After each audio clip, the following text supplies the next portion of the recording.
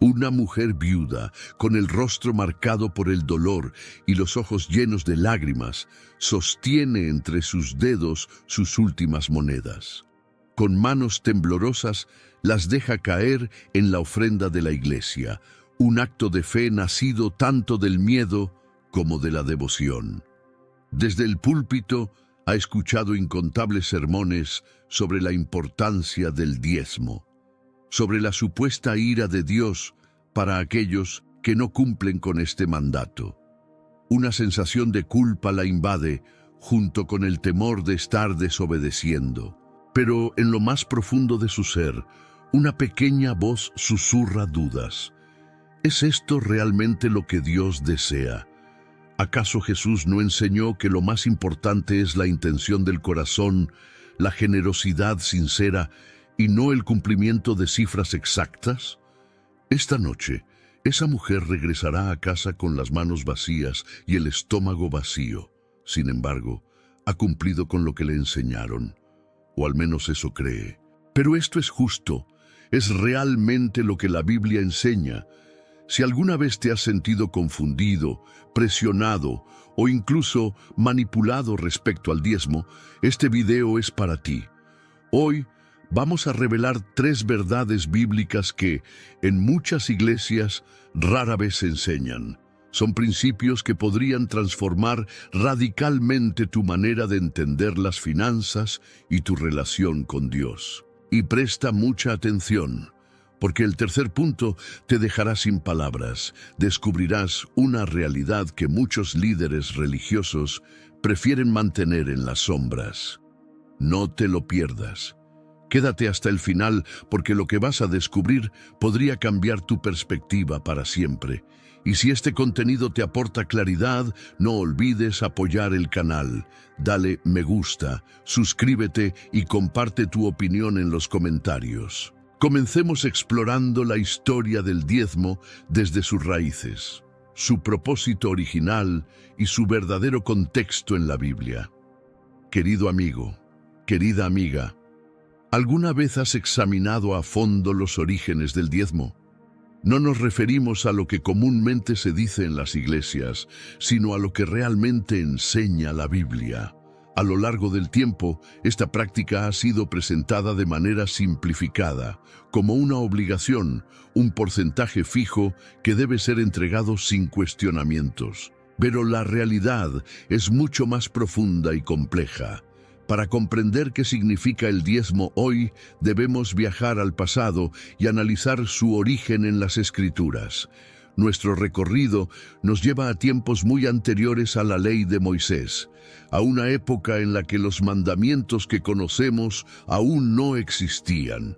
Nos encontramos con Abraham, considerado el padre de la fe. En el libro de Génesis, capítulo 14, versículos 18 al 20, se relata un episodio clave. Después de obtener una gran victoria militar, Abraham se encuentra con Melquisedec, un enigmático sacerdote del Dios Altísimo. En un acto de reconocimiento, Abraham le entrega la 10ª parte de todo el botín recuperado. Este detalle es fundamental. Observemos bien. Abraham no lo hizo porque estuviera cumpliendo una ley, pues en ese momento la ley aún no existía. Tampoco obedecía una tradición establecida, ya que él mismo estaba dando origen a esta práctica. Lo hizo como un acto de gratitud, un gesto espontáneo para honrar a Dios, reconociendo que la victoria no había sido solo suya, sino que provenía de lo alto. Esto nos revela un aspecto esencial. En su esencia más pura, el diezmo era un acto de adoración y reconocimiento de la soberanía divina. Pero hay otro aspecto interesante en este pasaje. Melquisedec es una figura única en la Biblia. Es mencionado como rey de Salem y sacerdote del Dios Altísimo, pero no se da información sobre su linaje ni sobre cómo llegó a ocupar ese rol. Más adelante, en Hebreos, capítulo 7, el apóstol Pablo lo compara con Cristo, indicando que su sacerdocio es eterno. Esto nos sugiere que el acto de Abraham no solo era una expresión de gratitud, sino que también tenía un significado profético, una sombra de lo que Cristo haría como sumo sacerdote de una nueva alianza. Sin embargo, con el paso del tiempo, el diezmo dejó de ser un acto voluntario y pasó a formar parte de la ley de Moisés. En el libro de Levítico, capítulo 27, versículos del 30 al 34, encontramos instrucciones detalladas sobre su aplicación. Aquí es donde el diezmo adquiere un carácter obligatorio dentro del sistema religioso y social de Israel. Pero, ¿para qué se utilizaba realmente? Contrario a lo que muchos piensan, no se trataba simplemente de financiar un edificio o pagar sueldos. Su propósito iba mucho más allá y estaba profundamente ligado a la justicia y la equidad social. Tenía tres funciones principales. Según Números, capítulo 18, versículos del 21 al 24, el diezmo estaba destinado a la tribu de Leví, quienes no poseían tierras y se dedicaban por completo al servicio del tabernáculo y posteriormente del templo. Esto era crucial porque los levitas no tenían una herencia de tierra como las demás tribus de Israel. En lugar de trabajar la tierra, su trabajo consistía en servir en el templo y enseñar la ley al pueblo. Por ello, Dios estableció que el diezmo del resto de la nación fuera su sustento.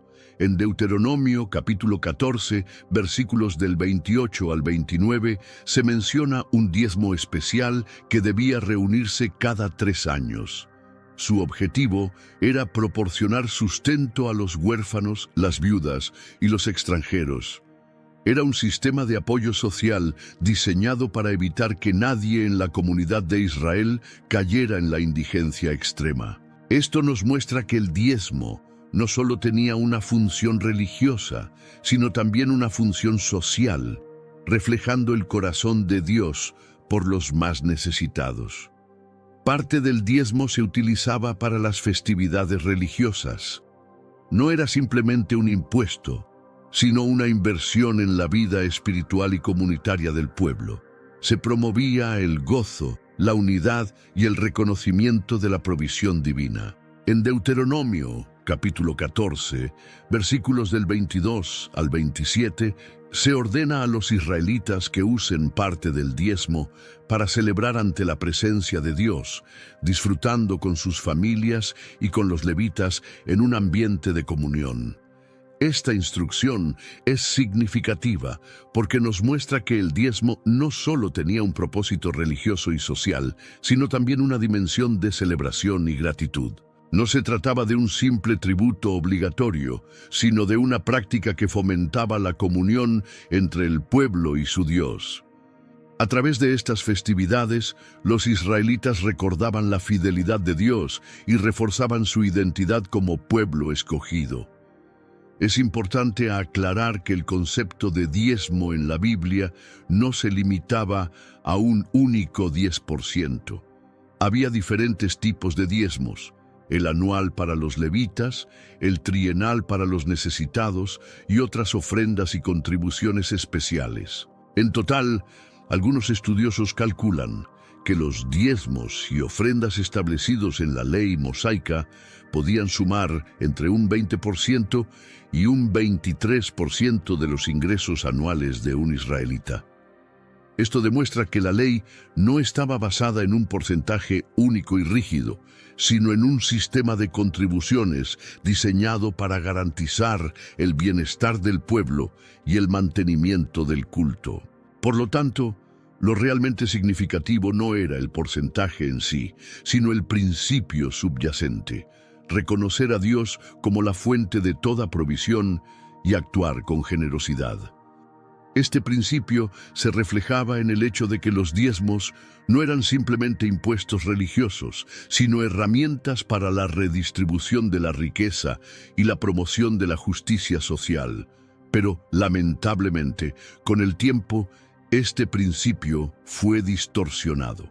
En Malaquías, capítulo 3, versículos del 8 al 12, Dios mismo confronta a su pueblo por su negligencia en los diezmos y ofrendas. Sin embargo, la verdadera cuestión no era que Dios necesitara su dinero, sino que su falta de compromiso reflejaba un alejamiento espiritual y una carencia de fe. Este pasaje ha sido utilizado frecuentemente para argumentar que el diezmo sigue siendo una obligación para los creyentes hoy en día. Sin embargo, es importante recordar que el contexto de Malaquías se refiere al pueblo de Israel bajo la ley mosaica. La falta de diezmos significaba un descuido en el sostenimiento del templo y de los levitas, lo cual afectaba directamente el culto a Dios en ese tiempo. Los profetas denunciaron cómo los líderes religiosos abusaban del sistema y cómo el pueblo, en lugar de dar con gratitud, veía el diezmo como una carga. También encontramos en los libros proféticos llamados de atención para que el pueblo no solo cumpla con los rituales, sino que tenga un corazón justo y compasivo. Isaías, en el capítulo 1, versículo 11, expresa que Dios no se complace en sacrificios vacíos, sino van acompañados de justicia. Aquí vemos un patrón recurrente en las Escrituras. Dios no se agrada de los actos religiosos cuando estos se practican sin una transformación genuina del corazón. El cumplimiento externo de normas sin amor ni justicia es inútil. Esta enseñanza es fundamental para comprender la diferencia entre el diezmo bajo la ley y el llamado a la generosidad en el Nuevo Testamento. En el Nuevo Testamento, el enfoque cambia. Jesús habla sobre el diezmo en Mateo capítulo 23, versículo 23, pero lo hace para reprender a los fariseos, quienes diezmaban meticulosamente, pero descuidaban la justicia, la misericordia y la fe. La enseñanza de Cristo se centra en la actitud del corazón. Dar no debe ser por obligación, sino por amor y generosidad. Es relevante notar que Jesús menciona el diezmo en el contexto de la ley mosaica, la cual seguía vigente en su tiempo. Sin embargo, en sus enseñanzas enfatiza una transformación interna por encima del cumplimiento de normas externas. Su mensaje es claro. El problema no está en el diezmo en sí, sino en la manera en que se practica y en la actitud con la que se da. En la iglesia primitiva no vemos una instrucción explícita de que los cristianos deben diezmar.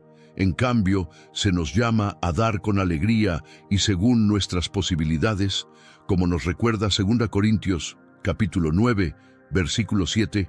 Cada uno debe dar según lo que haya decidido en su corazón, no de mala gana ni por obligación, porque Dios ama al que da con alegría.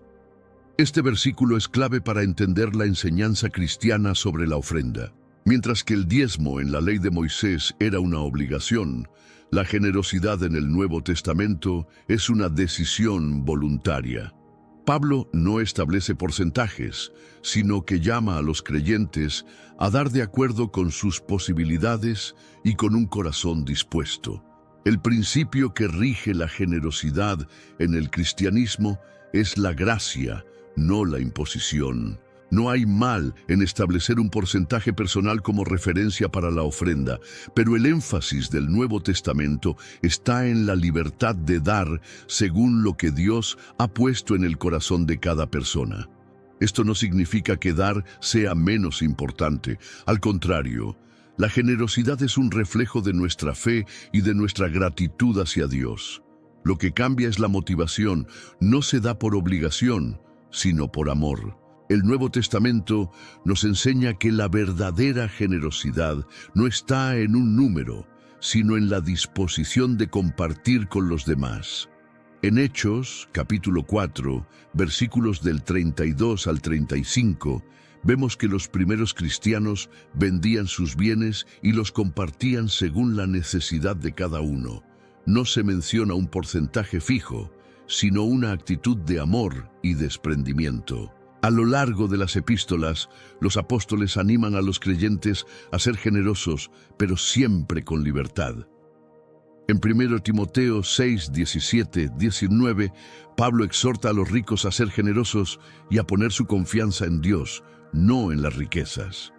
En Filipenses 4, 18, Describe la ofrenda de los creyentes filipenses como un olor fragante, un sacrificio acepto y agradable a Dios, lo cual nos muestra que dar es un acto de adoración. Así, la enseñanza del Nuevo Testamento sobre las finanzas cristianas se basa en la mayordomía, la generosidad y la fe, no en la obligación de un porcentaje específico. La verdadera pregunta no es ¿cuánto debo dar?, sino ¿cómo puedo glorificar a Dios con lo que tengo? Dios no busca nuestro dinero, sino nuestro corazón. Cuando damos con libertad y amor, reflejamos su carácter y participamos en su obra de manera genuina. El llamado es a dar con gratitud, sabiendo que todo lo que tenemos proviene de Él. Este versículo establece un principio clave. El acto de dar no debe ser una carga impuesta, sino una expresión voluntaria de gratitud y generosidad. Lo importante no es el porcentaje exacto, sino la disposición de apoyar la obra de Dios y ayudar a los necesitados. En la comunidad cristiana de los primeros siglos, vemos que la generosidad no estaba limitada a una décima parte de los ingresos. En Hechos, capítulo 2, versículos del 44 al 45, se nos dice que los creyentes vendían sus bienes y los compartían según la necesidad de cada uno. En otras palabras, el espíritu de dar no se basaba en un porcentaje fijo, sino en una entrega total al bienestar de los demás. El diezmo es más que una simple norma. Es un reflejo del reconocimiento de que todo lo que tenemos proviene de Dios. Más que enfocarnos en una cantidad específica, deberíamos preguntarnos, ¿cómo estamos honrando a Dios con nuestros recursos? ¿Estamos siendo generosos con los necesitados? ¿Damos con alegría y gratitud? La generosidad no es solo una cuestión financiera. También involucra nuestro tiempo, nuestros talentos y nuestra disposición para ayudar a los demás. Dar con un corazón sincero es una forma de adorar a Dios y mostrar amor por nuestro prójimo. La verdadera adoración no está en la cantidad, sino en el corazón con el que damos. Muchas veces, las personas pueden caer en la trampa de pensar que cumplir con un diezmo automático las exime de ejercer la justicia y la compasión en otras áreas de su vida. Sin embargo, la Escritura nos enseña que Dios valora más un corazón compasivo y generoso que una simple acción mecánica de dar.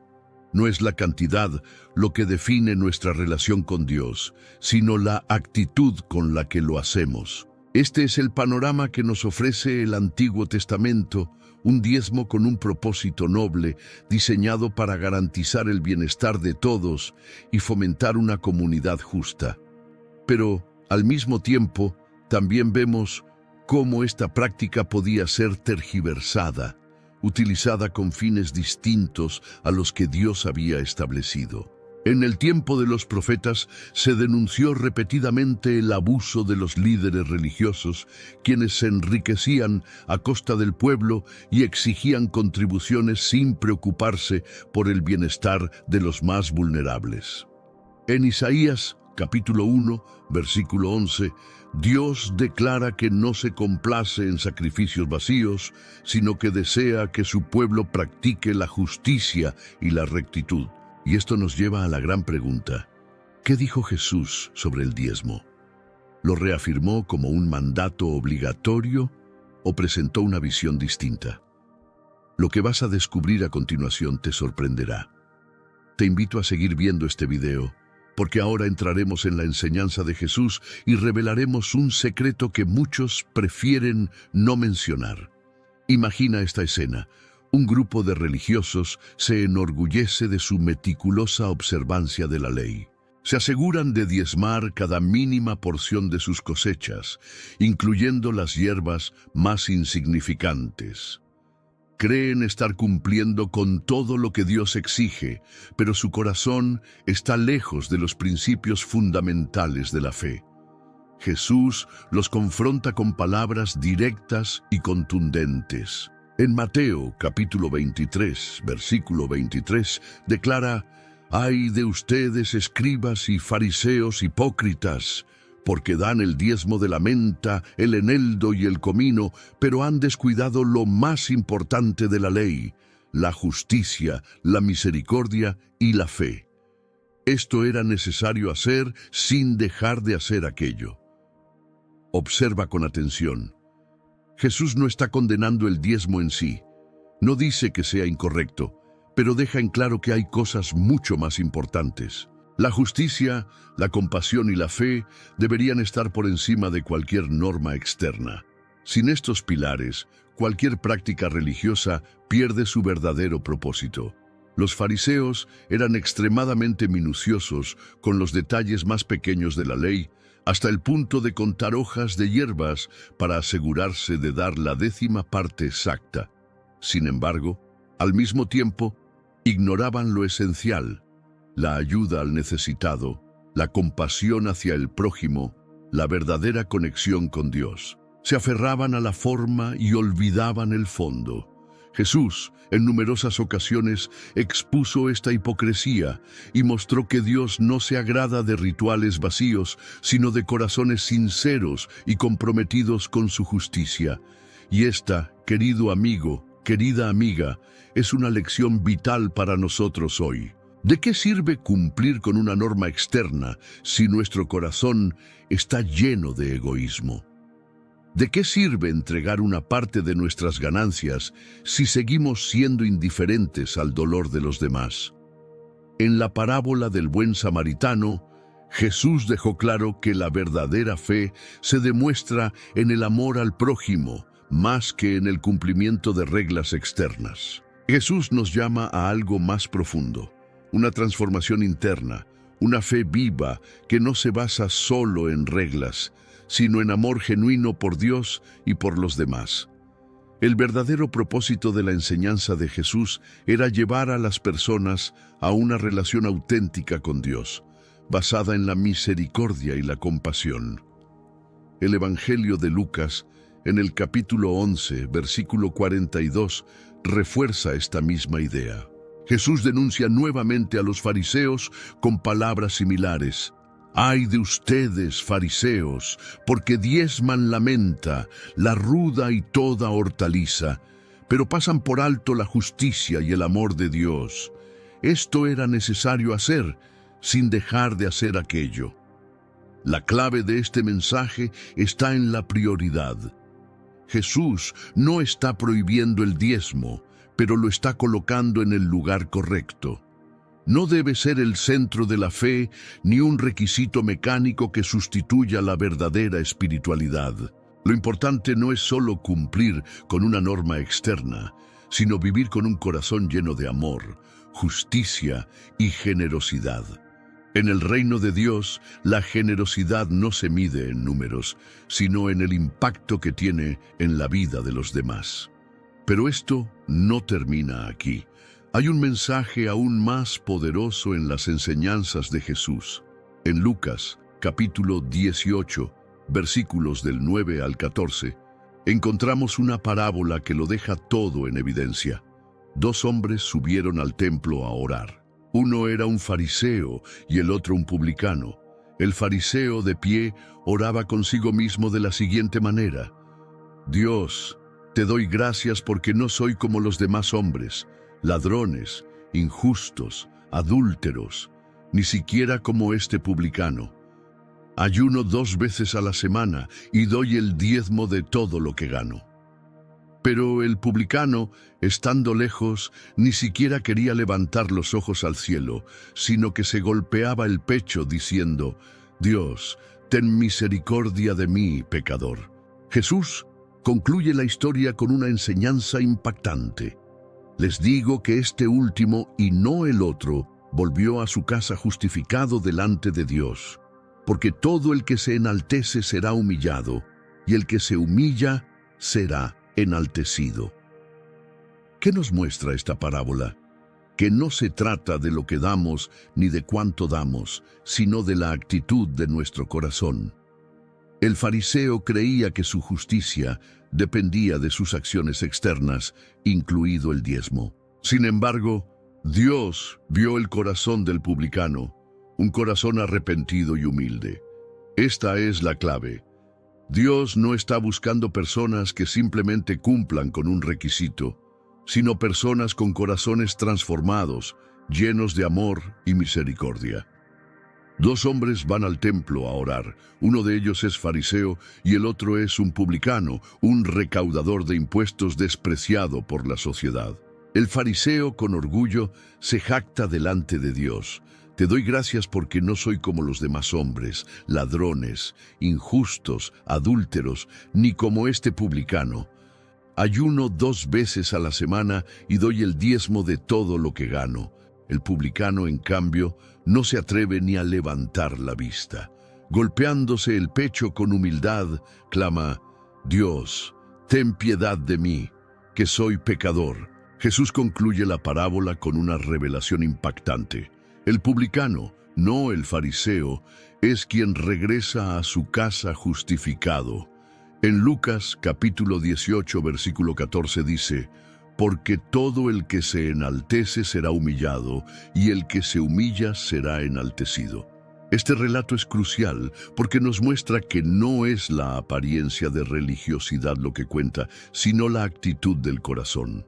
El fariseo estaba convencido de que sus prácticas lo hacían superior, pero su orgullo lo alejaba de Dios.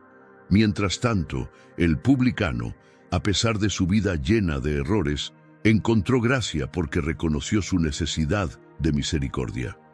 Esto nos enseña que no basta con cumplir externamente un mandato religioso, sino que es fundamental que nuestro corazón esté en la posición correcta delante de Dios. Jesús criticó duramente la hipocresía de aquellos que confiaban en sus obras como una garantía de justificación, mientras descuidaban lo más importante: la humildad y el reconocimiento de la necesidad de Dios. Y luego tenemos otro ejemplo que nos deja sin palabras: la historia de la viuda pobre, relatada en Marcos capítulo 12, versículos del 41 al 44, y en Lucas capítulo 21, versículos del 1 al 4. Este episodio revela la verdadera esencia de la generosidad. Jesús está en el templo, observando a las personas que depositan sus ofrendas. Ve a los ricos echando grandes sumas, asegurándose de que todos los vean. Pero entonces aparece una mujer humilde, una viuda, que apenas tiene 2 pequeñas monedas. Sin embargo, lo entrega todo. Conmovido, Jesús declara: de cierto os digo que esta viuda pobre echó más que todos los que han echado en el arca. ¿Por qué? Porque su entrega no fue desde la abundancia, sino desde la fe y el sacrificio. Mientras que otros daban lo que les sobraba, ella dio todo lo que tenía. Esto nos deja una enseñanza profunda. La generosidad verdadera no se mide en cantidades, sino en la disposición del corazón. No se trata de un porcentaje, sino de una entrega sincera a Dios, confiando en que Él es quien provee. Es un recordatorio de que lo que realmente importa en la economía del reino de Dios no es cuánto se da, sino cómo se da. Jesús nos llama a una nueva perspectiva. En Mateo, capítulo 6, versículos del 19 al 21, y en el versículo 24, nos advierte sobre el peligro de enfocarnos demasiado en las riquezas materiales. No acumuléis tesoros en la tierra, donde la polilla y el óxido los destruyen, y donde los ladrones minan y roban. Más bien, acumulad tesoros en el cielo. Y luego, en el versículo 24, declara con firmeza: ninguno puede servir a 2 señores, porque aborrecerá al uno y amará al otro, o estimará al uno y menospreciará al otro. No podéis servir a Dios y a las riquezas.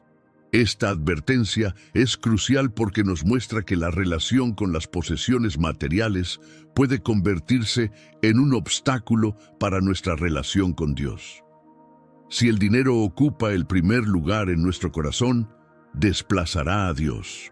No se trata de que sea malo tener bienes, sino de que estos no deben gobernarnos ni definir nuestra identidad. El segundo secreto que estamos revelando hoy es poderoso. Jesús priorizó el corazón sobre el porcentaje, la generosidad sobre la obligación y la confianza en Dios sobre la acumulación de riquezas. En el Nuevo Testamento, la generosidad no se limita a una cifra específica. En Hechos capítulo 4, versículos del 32 al 35, se describe cómo los primeros cristianos vendían sus propiedades y compartían lo que tenían para que nadie pasara necesidad. Esto nos muestra que el principio de dar en la iglesia primitiva iba mucho más allá de un porcentaje. Era una expresión radical de amor y solidaridad. La respuesta, querido amigo, querida amiga, es un rotundo no. Y aquí es donde muchas personas se sorprenden. Si analizamos con detenimiento las cartas del apóstol Pablo, las epístolas de Pedro o las enseñanzas de Juan, no encontraremos un solo mandamiento que ordene a los cristianos entregar obligatoriamente el 10% de sus ingresos. Ninguno. En cambio, encontramos principios que enfatizan la generosidad, la alegría en dar y la sensibilidad hacia las necesidades de los demás. En 2 Corintios capítulo 8, versículo 12, Pablo dice: porque si hay voluntad dispuesta, será aceptada según lo que uno tiene, no según lo que no tiene. Y en 2 Corintios capítulo 9, versículos del 6 al 8, añade: el que siembra escasamente, también segará escasamente. Y el que siembra generosamente, generosamente también segará. Cada uno dé como propuso en su corazón, no con tristeza ni por obligación, porque Dios ama al dador alegre. Este pasaje confirma que la generosidad en la iglesia cristiana no está definida por un porcentaje obligatorio, sino por una decisión personal basada en el amor y la fe. No es cuestión de dar por presión, sino de hacerlo con gozo y con un corazón sincero. Entonces, si el diezmo como mandato no se encuentra en las enseñanzas del Nuevo Testamento, ¿qué significa esto para nosotros hoy? Significa que, en lugar de ver la ofrenda como una carga o un requisito legalista, debemos verla como una oportunidad para participar en la obra de Dios con gratitud. Cada creyente es llamado a contribuir de manera libre y voluntaria, con la convicción de que su generosidad tiene un impacto en el reino de Dios. El diezmo en la era de la gracia no es una obligación impuesta, sino un principio que nos invita a reflexionar sobre nuestra relación con Dios y con los bienes materiales. Es una invitación a confiar en la provisión divina y a participar con alegría en el bienestar de la comunidad. Lo importante no es cumplir con una norma establecida, sino vivir con un espíritu generoso, sabiendo que Dios es quien provee, y que lo más valioso no es lo que acumulamos, sino lo que compartimos. Si bien en el Antiguo Testamento el diezmo tenía una función específica dentro de la sociedad de Israel, en el Nuevo Testamento la invitación es a vivir con un corazón desprendido, confiando en que Dios suple todas nuestras necesidades y que somos llamados a ser canales de bendición para los demás. Así, la enseñanza de Jesús nos lleva a una comprensión más profunda de lo que significa dar, no como un requisito impuesto, sino como un acto de amor, fe y adoración. Lo que sí encontramos una y otra vez es un fuerte énfasis en la ofrenda voluntaria, en la generosidad nacida del amor y la gratitud, no de la obligación. El apóstol Pablo dedica 2 capítulos completos en su segunda carta a los Corintios, capítulos 8 y 9, a explicar el principio de la ofrenda. Y es fascinante notar el lenguaje que utiliza. Pablo no habla de imposición, sino de gracia. No menciona un porcentaje, sino una actitud generosa. No lo presenta como una ley inquebrantable, sino como una oportunidad para bendecir y ser bendecido. En 2 Corintios 9:7 encontramos una clave fundamental. Cada uno dé como propuso en su corazón, no con tristeza ni por obligación, porque Dios ama al dador alegre. Este versículo cambia por completo la perspectiva. No se trata de entregar dinero por miedo a ser castigado, ni de cumplir una regla para ganar el favor de Dios. La verdadera ofrenda es un acto de libertad, un reflejo del amor y la gratitud que sentimos. Pablo no está en contra de dar, al contrario, promueve la generosidad con pasión, pero deja claro que su base es el amor, no un mandato impuesto por la ley. Más adelante, en 1 Corintios 16:2, Pablo da una instrucción práctica sobre la ofrenda. Cada primer día de la semana, cada uno de vosotros aparte algo, según haya prosperado. ¿Notas lo que dice? No menciona un porcentaje fijo. En su lugar, establece un principio flexible, según haya prosperado. Esto significa que si Dios te ha bendecido en abundancia, puedes dar con generosidad. Pero si estás atravesando dificultades, no debes sentirte culpable por no llegar a un porcentaje determinado. Esto nos muestra que la verdadera enseñanza del Nuevo Testamento sobre las finanzas cristianas no es una imposición matemática, sino una cuestión de corazón y conciencia. La generosidad no debe ser vista como un mecanismo para recibir más bendiciones, sino como una respuesta natural al amor de Dios. La ofrenda como un acto de adoración. El apóstol Pablo, en Filipenses 4:18, describe la generosidad de los cristianos filipenses con una imagen hermosa. Vuestra ofrenda es como un olor fragante, un sacrificio acepto, agradable a Dios. Mira lo profundo de esta comparación. La verdadera generosidad no es una carga, no es un impuesto obligatorio que pesa sobre los hombros de los creyentes. Es un aroma agradable que sube al cielo, una expresión de amor y adoración a Dios. Así como en el Antiguo Testamento los sacrificios eran una ofrenda de olor grato al Señor, en el Nuevo Testamento la ofrenda se convierte en una expresión espiritual de gratitud y amor. Y aquí hay algo crucial que debemos entender. La generosidad cristiana no se limita al dinero. Dar no significa solo entregar una parte de nuestros ingresos. También se trata de compartir nuestro tiempo, nuestros talentos, nuestro servicio, nuestra compasión por los demás. El verdadero espíritu de la ofrenda es una vida de entrega total, no solo un porcentaje de nuestras finanzas. Por eso, la Biblia advierte con fuerza sobre el peligro de la avaricia. 1 Timoteo 6:10 dice: porque raíz de todos los males es el amor al dinero. Pero atención, esto no significa que el dinero en sí sea malo. Lo que la Escritura nos enseña es que el apego excesivo al dinero puede desviar el corazón del propósito de Dios. La acumulación de riquezas sin propósito genera egoísmo, mientras que la generosidad nos conecta con los valores del reino de Dios. El problema de la teología de la prosperidad. Aquí es donde debemos hacer una distinción importante. En tiempos modernos ha surgido una enseñanza distorsionada que afirma que si damos dinero a la iglesia, Dios nos bendecirá con más riquezas.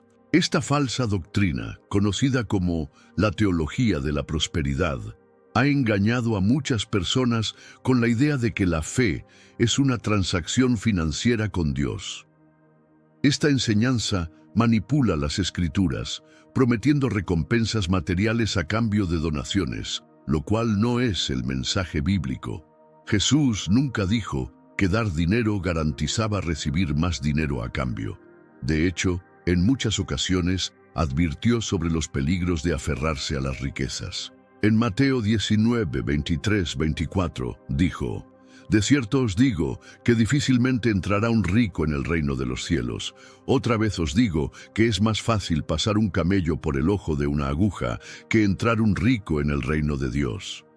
Esto no significa que ser rico sea un pecado, sino que la riqueza puede convertirse en un obstáculo cuando se convierte en el centro de nuestra vida. La fe cristiana no se trata de buscar bendiciones materiales, sino de buscar primero el reino de Dios y su justicia, como Jesús enseñó en Mateo 6:33. La generosidad que Jesús promueve es una entrega sincera, no un negocio con Dios. No damos esperando recibir algo a cambio, sino porque hemos recibido el amor de Dios y queremos reflejarlo en el mundo.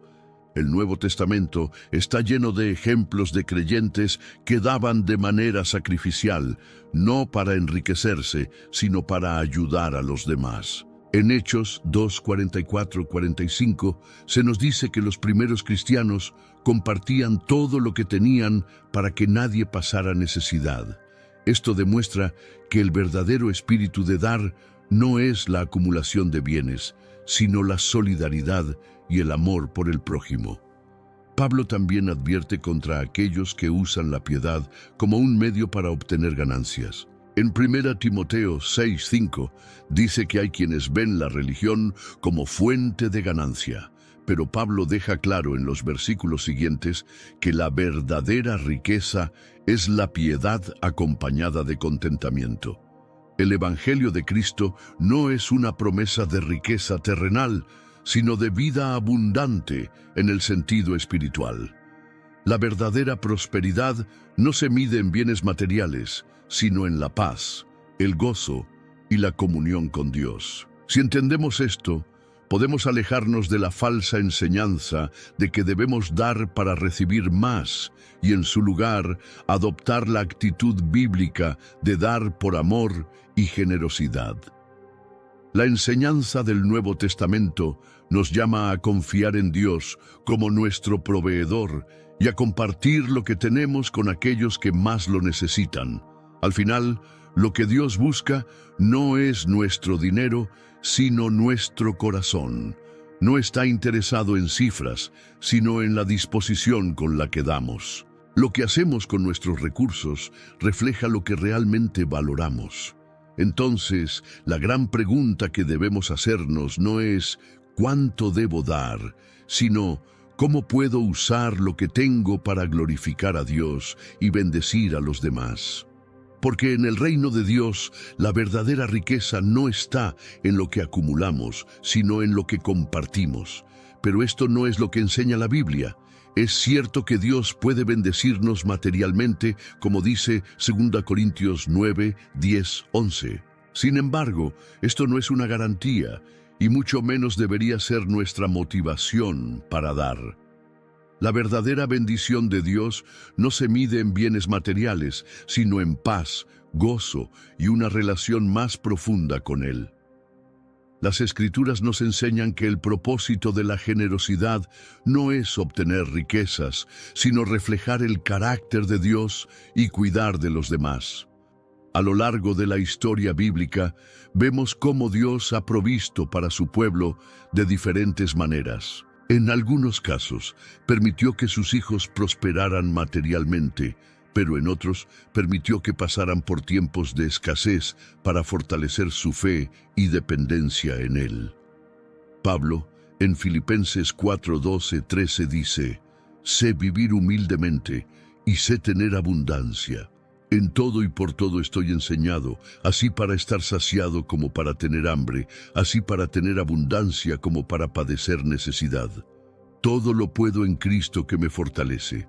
Este pasaje nos recuerda que la verdadera seguridad no está en los bienes materiales, sino en nuestra confianza en Dios.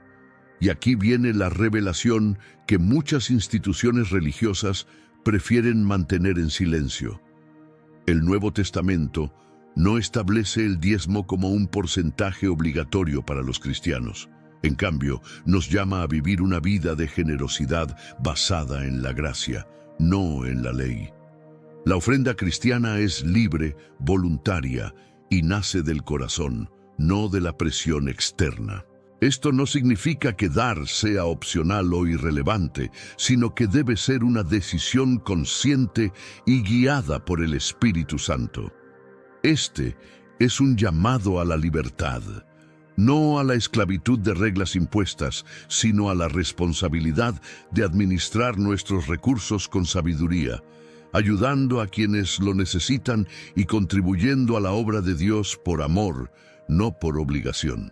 La libertad en Cristo no nos exime de ser generosos, sino que nos permite dar con un propósito genuino, sin manipulaciones ni presiones externas. Hemos recorrido un largo camino juntos, desde los orígenes del diezmo en el Antiguo Testamento, pasando por la enseñanza de Jesús y llegando hasta la perspectiva de los apóstoles en la era de la gracia. Ahora es momento de desmitificar, de romper cadenas de imposición religiosa y abrazar la verdadera esencia de la ofrenda cristiana. Quiero ser claro, el diezmo, entendido como un 10% obligatorio, no es un mandamiento para los cristianos del Nuevo Testamento. Si alguien te dice lo contrario, te está imponiendo una carga que ni Jesús ni los apóstoles establecieron. La enseñanza del Nuevo Testamento sobre las finanzas cristianas está basada en la generosidad voluntaria, no en una regla fija. Pero cuidado, esto no significa que la ofrenda sea irrelevante. Al contrario, dar es una parte fundamental de nuestra relación con Dios, pero debe ser una ofrenda nacida del amor, no del miedo. La generosidad es una respuesta natural a la gracia de Dios en nuestras vidas, no un mecanismo de obligación.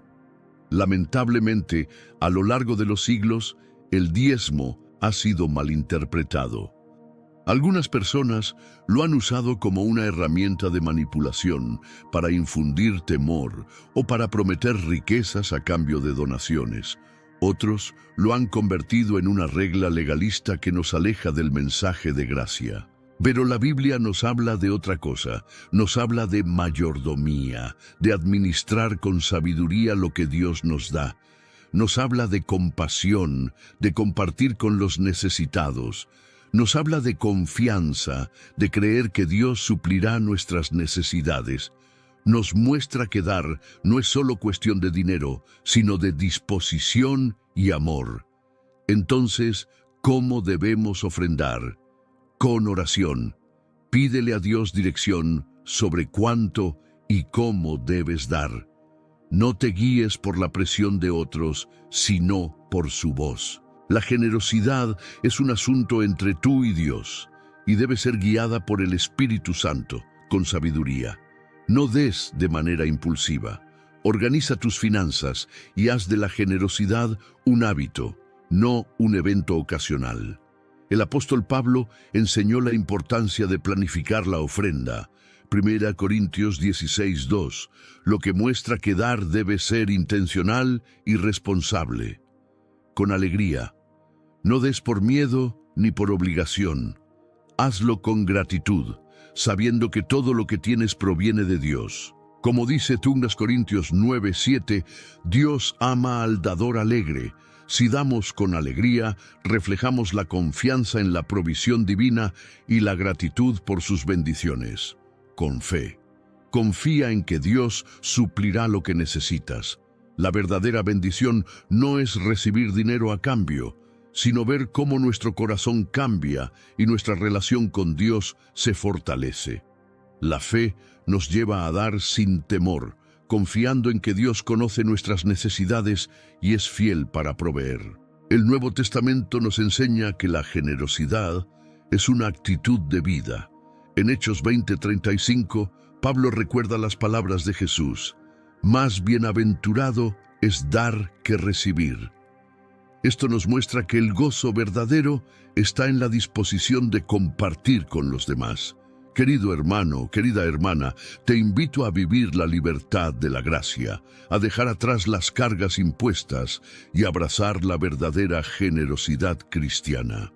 Su propósito original y su verdadero contexto en la Biblia. Querido amigo, querida amiga, ¿alguna vez has examinado a fondo los orígenes del diezmo? No nos referimos a lo que comúnmente se dice en las iglesias, sino a lo que realmente enseña la Biblia. A lo largo del tiempo, esta práctica ha sido presentada de manera simplificada, como una obligación un porcentaje fijo que debe ser entregado sin cuestionamientos. Pero la realidad es mucho más profunda y compleja. Para comprender qué significa el diezmo hoy, debemos viajar al pasado y analizar su origen en las Escrituras. Nuestro recorrido nos lleva a tiempos muy anteriores a la ley de Moisés, a una época en la que los mandamientos que conocemos aún no existían. Nos encontramos con Abraham, considerado el padre de la fe. En el libro de Génesis, capítulo 14, versículos 18 al 20, se relata un episodio clave. Después de obtener una gran victoria militar, Abraham se encuentra con Melquisedec, un enigmático sacerdote del Dios Altísimo. En un acto de reconocimiento, Abraham le entrega la 10ª parte de todo el botín recuperado. Este detalle es fundamental. Observemos bien, Abraham no lo hizo porque estuviera cumpliendo una ley, pues en ese momento la ley aún no existía. Tampoco obedecía una tradición establecida, ya que él mismo estaba dando origen a esta práctica. Lo hizo como un acto de gratitud, un gesto espontáneo para honrar a Dios, reconociendo que la victoria no había sido solo suya, sino que provenía de lo alto. Esto nos revela un aspecto esencial. En su esencia más pura, el diezmo era un acto de adoración y reconocimiento de la soberanía divina. Sin embargo, con el paso del tiempo, el diezmo dejó de ser un acto voluntario y pasó a formar parte de la ley de Moisés. En el libro de Levítico, capítulo 27, versículos del 30 al 34, encontramos instrucciones detalladas sobre su aplicación. Aquí es donde el diezmo adquiere un carácter obligatorio dentro del sistema religioso y social de Israel. Pero, ¿para qué se utilizaba realmente? Contrario a lo que muchos piensan, no se trataba simplemente de financiar un edificio o pagar sueldos. Su propósito iba mucho más allá y estaba profundamente ligado a la justicia y la equidad social. Tenía 3 funciones principales. 1. Sostener a los levitas. Según Números, capítulo 18, versículos del 21 al 24, el diezmo estaba destinado a la tribu de Leví, quienes no poseían tierras y se dedicaban por completo al servicio del tabernáculo y, posteriormente, del templo. 2. Ayudar a los más vulnerables. En Deuteronomio capítulo 14, versículos del 28 al 29, se menciona un diezmo especial que debía reunirse cada 3 años. Su objetivo era proporcionar sustento a los huérfanos, las viudas y los extranjeros. Era un sistema de apoyo social diseñado para evitar que nadie en la comunidad de Israel cayera en la indigencia extrema. 3.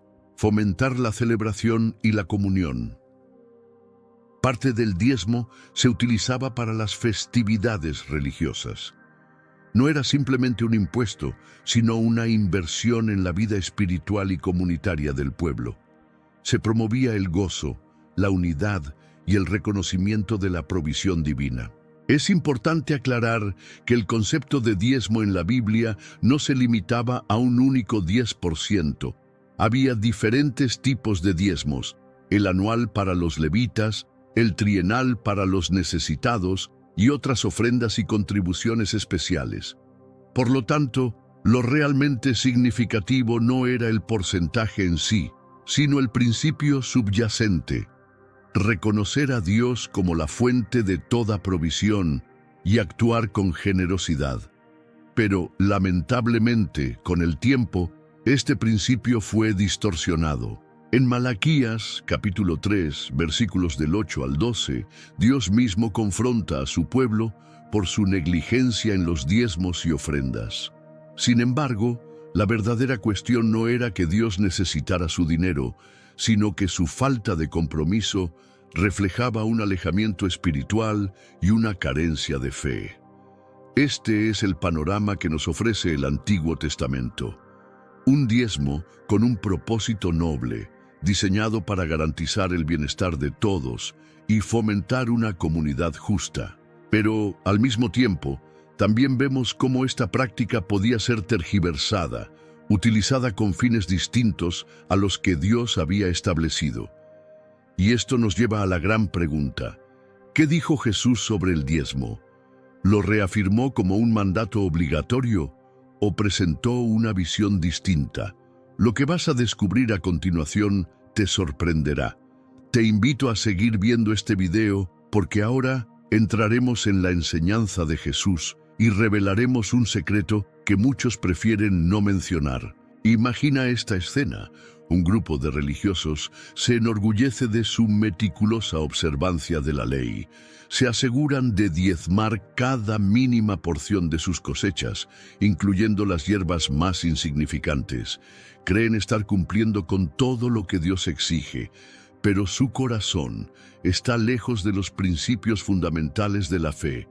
Jesús los confronta con palabras directas y contundentes. En Mateo capítulo 23, versículo 23, declara: «Ay de ustedes, escribas y fariseos hipócritas, porque dan el diezmo de la menta, el eneldo y el comino, pero han descuidado lo más importante de la ley, la justicia, la misericordia y la fe». Esto era necesario hacer sin dejar de hacer aquello. Observa con atención. Jesús no está condenando el diezmo en sí. No dice que sea incorrecto, pero deja en claro que hay cosas mucho más importantes. La justicia, la compasión y la fe deberían estar por encima de cualquier norma externa. Sin estos pilares, cualquier práctica religiosa pierde su verdadero propósito. Los fariseos eran extremadamente minuciosos con los detalles más pequeños de la ley, hasta el punto de contar hojas de hierbas para asegurarse de dar la 10ª parte exacta. Sin embargo, al mismo tiempo, ignoraban lo esencial: la ayuda al necesitado, la compasión hacia el prójimo, la verdadera conexión con Dios. Se aferraban a la forma y olvidaban el fondo, y esta, querido amigo, querida amiga, es una lección vital para nosotros hoy. ¿De qué sirve cumplir con una norma externa si nuestro corazón está lleno de egoísmo? ¿De qué sirve entregar una parte de nuestras ganancias si seguimos siendo indiferentes al dolor de los demás? Jesús nos llama a algo más profundo, una transformación interna, una fe viva que no se basa solo en reglas, sino en amor genuino por Dios y por los demás. El Evangelio de Lucas, en el capítulo 11, versículo 42, refuerza esta misma idea. Jesús denuncia nuevamente a los fariseos con palabras similares. «Ay de ustedes, fariseos, porque diezman la menta, la ruda y toda hortaliza, pero pasan por alto la justicia y el amor de Dios». Esto era necesario hacer sin dejar de hacer aquello. La clave de este mensaje está en la prioridad. Jesús no está prohibiendo el diezmo, pero lo está colocando en el lugar correcto. No debe ser el centro de la fe, ni un requisito mecánico que sustituya la verdadera espiritualidad. Lo importante no es solo cumplir con una norma externa, sino vivir con un corazón lleno de amor, justicia y generosidad. Pero esto no termina aquí. Hay un mensaje aún más poderoso en las enseñanzas de Jesús. En Lucas, capítulo 18, versículos del 9 al 14, encontramos una parábola que lo deja todo en evidencia. 2 hombres van al templo a orar. Uno de ellos es fariseo y el otro es un publicano, un recaudador de impuestos despreciado por la sociedad. El fariseo, con orgullo, se jacta delante de Dios. «Te doy gracias porque no soy como los demás hombres, ladrones, injustos, adúlteros, ni como este publicano. Ayuno 2 veces a la semana y doy el diezmo de todo lo que gano». El publicano, en cambio, no se atreve ni a levantar la vista. Golpeándose el pecho, con humildad, clama: «Dios, ten piedad de mí, que soy pecador». Jesús concluye la parábola con una revelación impactante. El publicano, no el fariseo, es quien regresa a su casa justificado. En Lucas, capítulo 18, versículo 14, dice: porque todo el que se enaltece será humillado, y el que se humilla será enaltecido. Este relato es crucial porque nos muestra que no es la apariencia de religiosidad lo que cuenta, sino la actitud del corazón.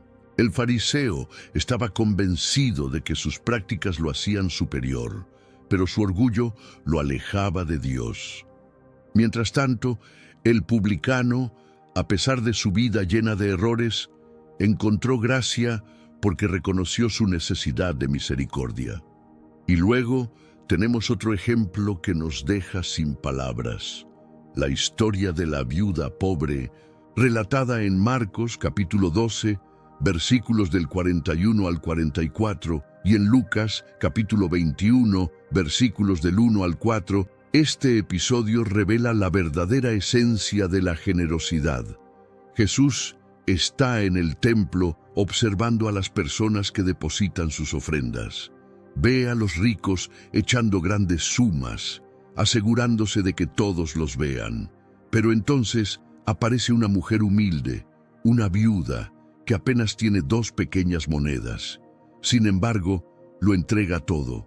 Conmovido, Jesús declara: de cierto os digo que esta viuda pobre echó más que todos los que han echado en el arca. ¿Por qué? Porque su entrega no fue desde la abundancia, sino desde la fe y el sacrificio. Mientras que otros daban lo que les sobraba, ella dio todo lo que tenía. Esto nos deja una enseñanza profunda. La generosidad verdadera no se mide en cantidades, sino en la disposición del corazón. No se trata de un porcentaje, sino de una entrega sincera a Dios, confiando en que Él es quien provee. Jesús nos llama a una nueva perspectiva. En Mateo capítulo 6, versículos del 19 al 21, y en el versículo 24, nos advierte sobre el peligro de enfocarnos demasiado en las riquezas materiales. No acumuléis tesoros en la tierra, donde la polilla y el óxido los destruyen, y donde los ladrones minan y roban. Más bien, acumulad tesoros en el cielo. Y luego en el versículo 24 declara con firmeza: ninguno puede servir a 2 señores, porque aborrecerá al uno y amará al otro, o estimará al uno y menospreciará al otro. No podéis servir a Dios y a las riquezas. El segundo secreto que estamos revelando hoy es poderoso. Jesús priorizó el corazón sobre el porcentaje, la generosidad sobre la obligación y la confianza en Dios sobre la acumulación de riquezas. ¿Un nuevo porcentaje obligatorio? La respuesta, querido amigo, querida amiga, es un rotundo no. Y aquí es donde muchas personas se sorprenden. Si analizamos con detenimiento las cartas del apóstol Pablo, las epístolas de Pedro o las enseñanzas de Juan, no encontraremos un solo mandamiento que ordene a los cristianos entregar obligatoriamente el 10% de sus ingresos. Ninguno. Lo que sí encontramos una y otra vez es un fuerte énfasis en la ofrenda voluntaria, en la generosidad nacida del amor y la gratitud, no de la obligación. El apóstol Pablo dedica 2 capítulos completos en su segunda carta a los Corintios, capítulos 8 y 9, a explicar el principio de la ofrenda. Y es fascinante notar el lenguaje que utiliza. Pablo no habla de imposición, sino de gracia. No menciona un porcentaje, sino una actitud generosa. No lo presenta como una ley inquebrantable, sino como una oportunidad para bendecir y ser bendecido. En 2 Corintios 9:7 encontramos una clave fundamental: cada uno dé como propuso en su corazón, no con tristeza ni por obligación, porque Dios ama al dador alegre. Este versículo cambia por completo la perspectiva. No se trata de entregar dinero por miedo a ser castigado, ni de cumplir una regla para ganar el favor de Dios. La verdadera ofrenda es un acto de libertad, un reflejo del amor y la gratitud que sentimos. Pablo no está en contra de dar, al contrario, promueve la generosidad con pasión, pero deja claro que su base es el amor, no un mandato impuesto por la ley. Más adelante, en 1 Corintios 16:2, Pablo da una instrucción práctica sobre la ofrenda. Cada primer día de la semana, cada uno de vosotros aparte algo, según haya prosperado. ¿Notas lo que dice? No menciona un porcentaje fijo. En su lugar, establece un principio flexible, según haya prosperado.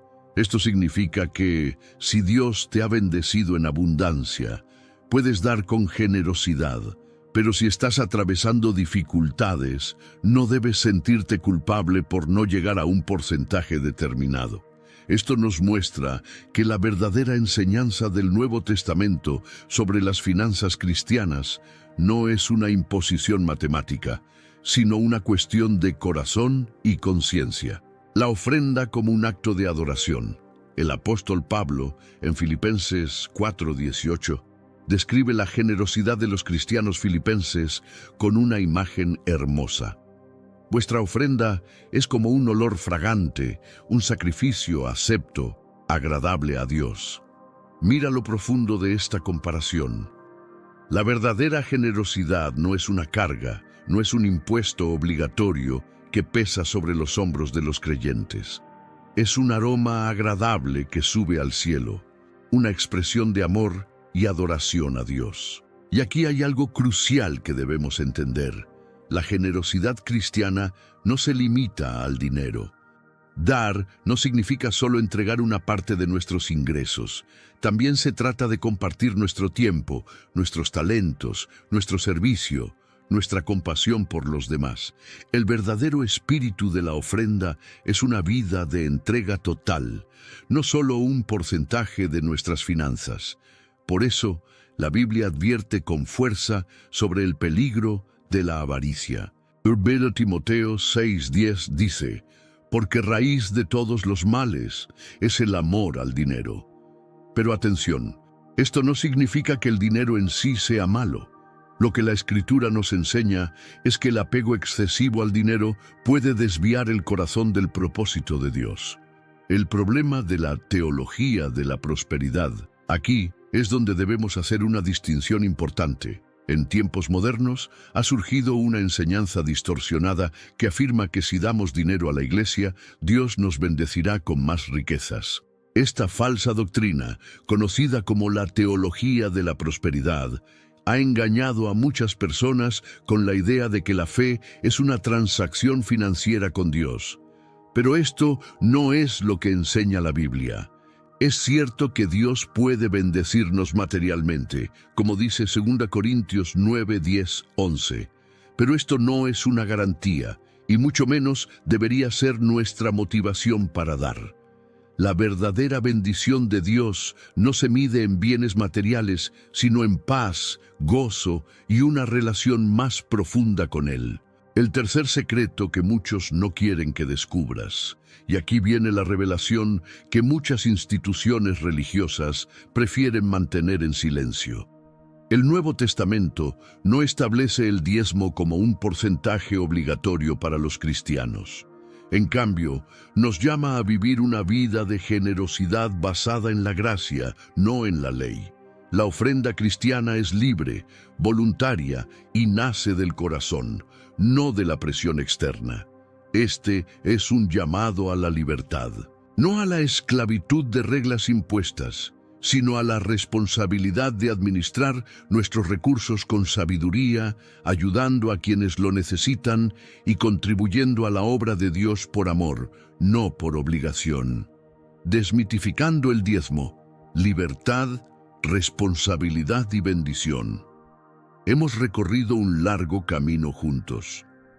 Desde los orígenes del diezmo en el Antiguo Testamento, pasando por la enseñanza de Jesús y llegando hasta la perspectiva de los apóstoles en la era de la gracia.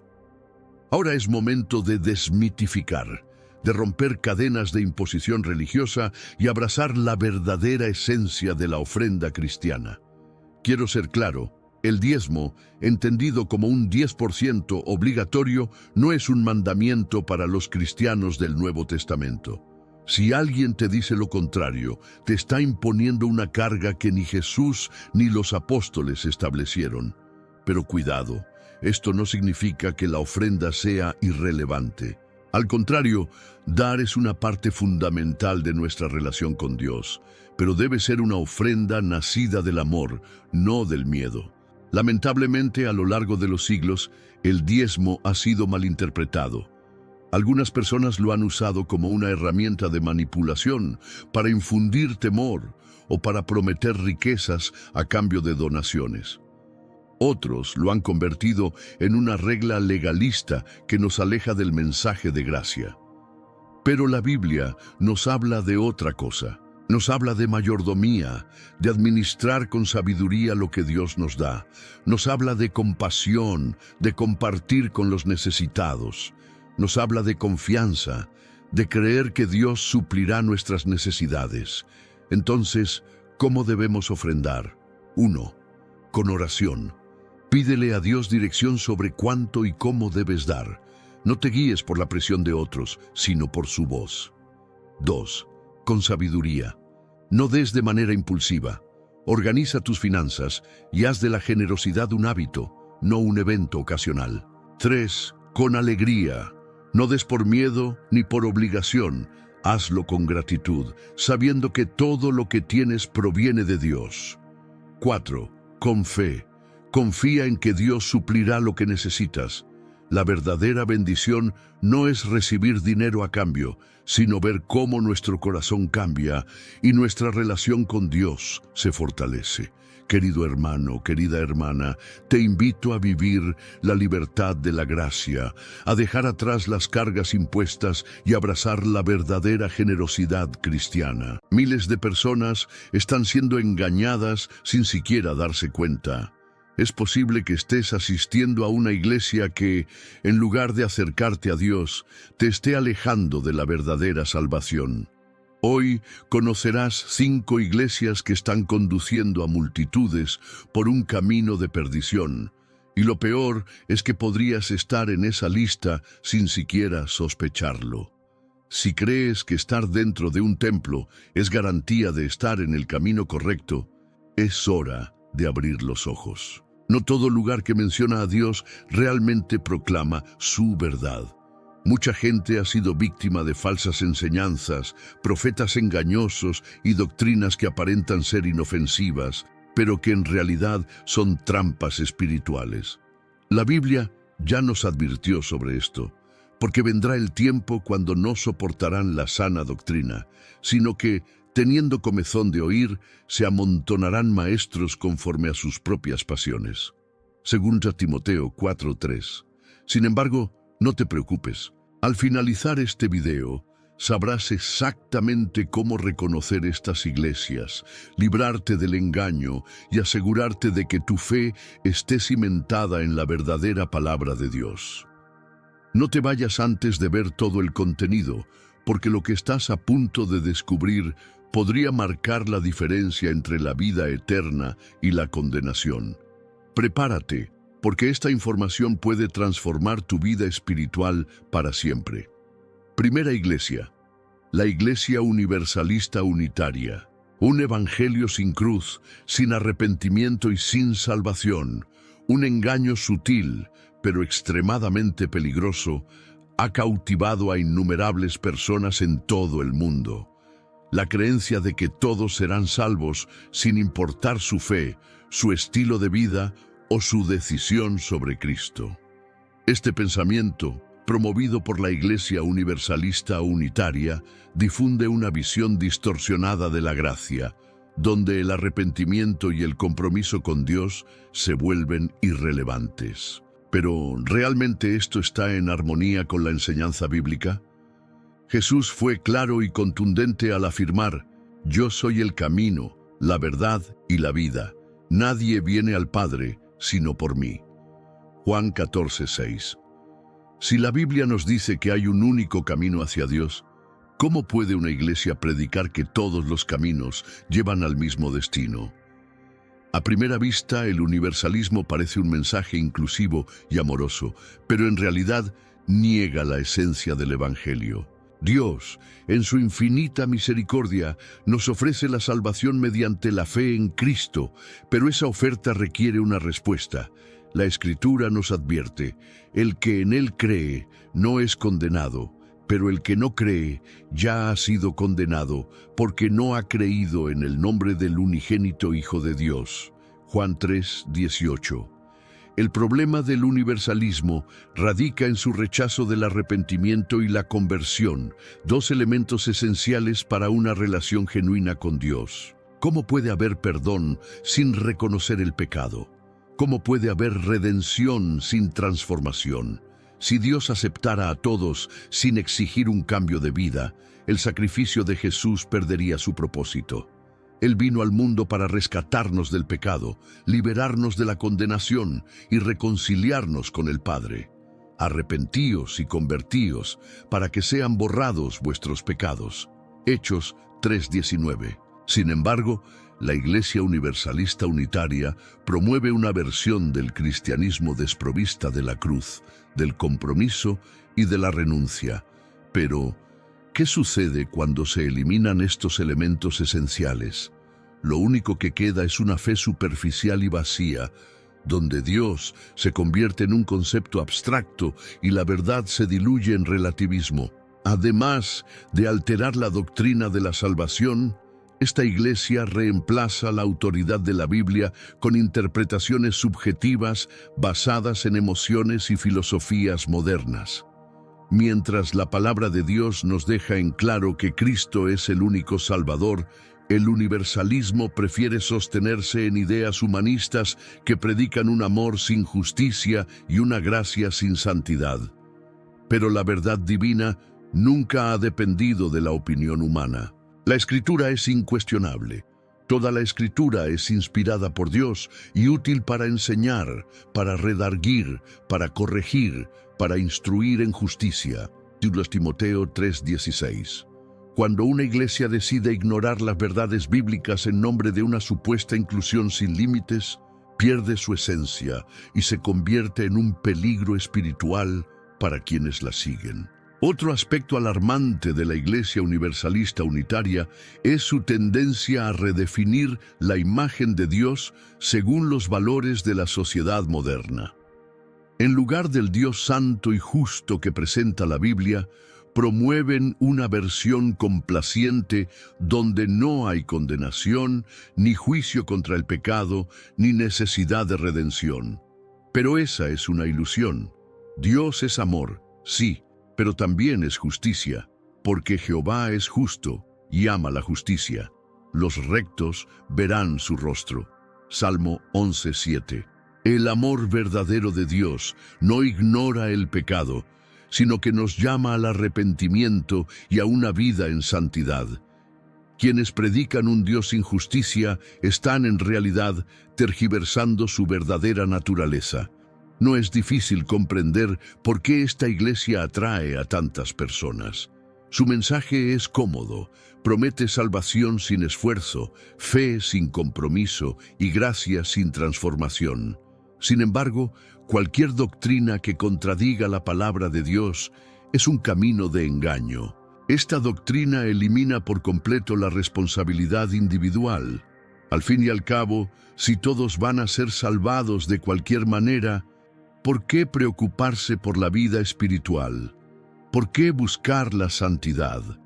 ¿Qué sentido tiene orar, leer la Biblia o compartir el Evangelio con los demás?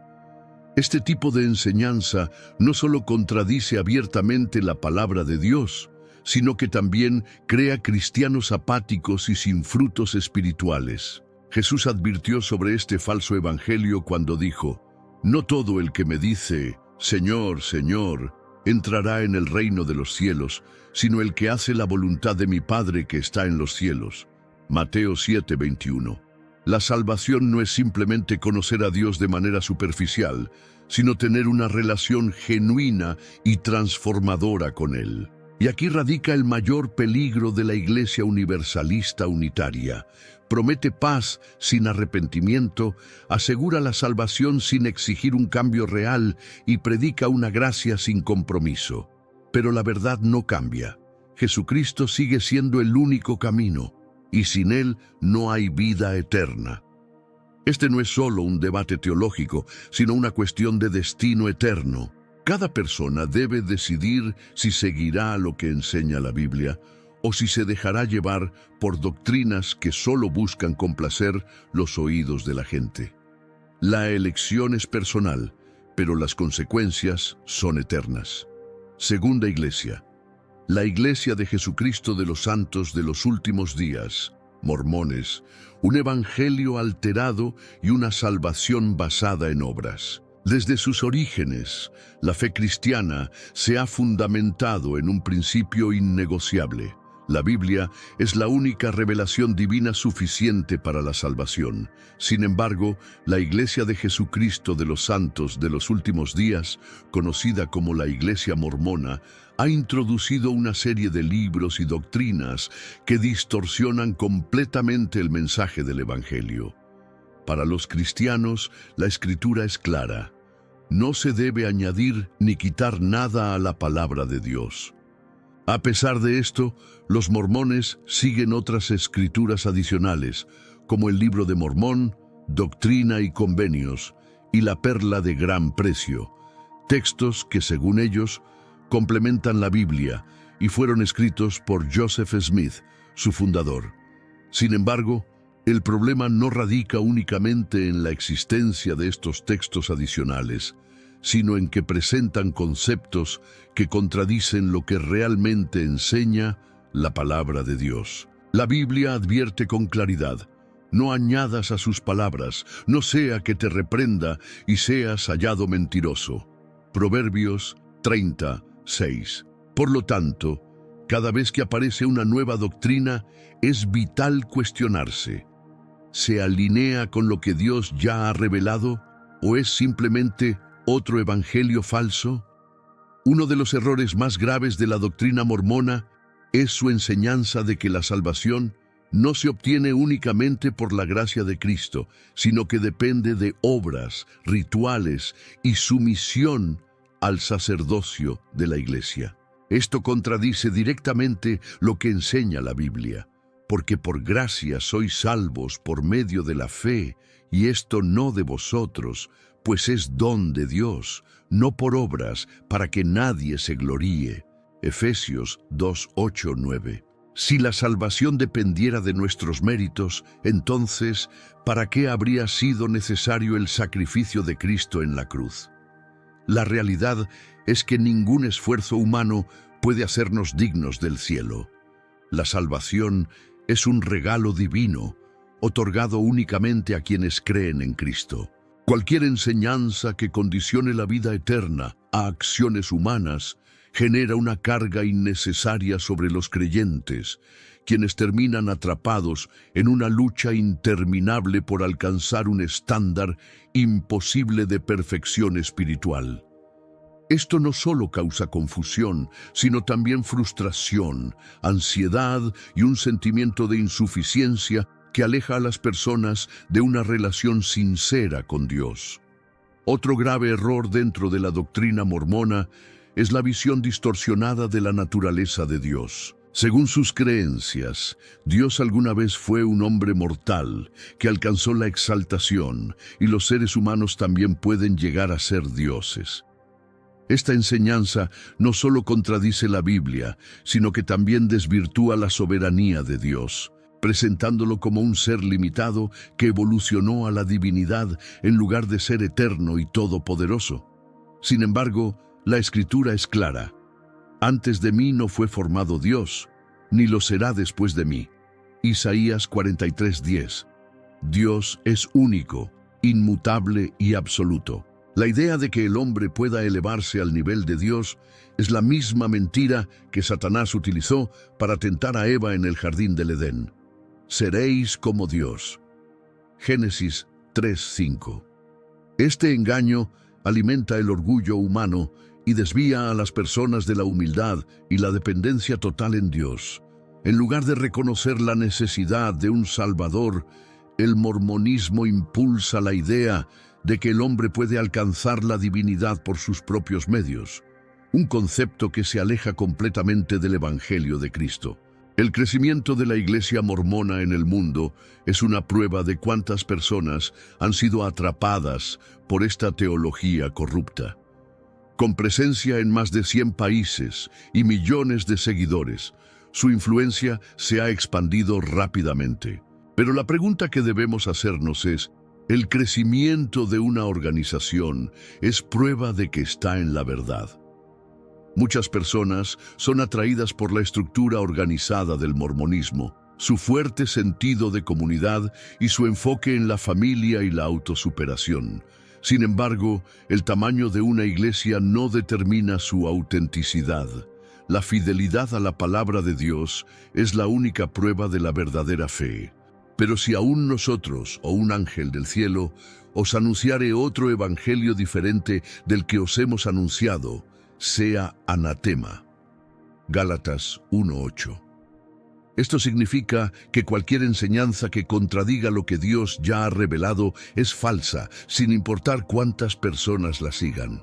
Otro aspecto polémico del mormonismo es su doctrina del bautismo por los muertos. Según sus creencias, es posible realizar un bautismo en nombre de personas fallecidas, dándoles así la oportunidad de alcanzar la salvación después de la muerte.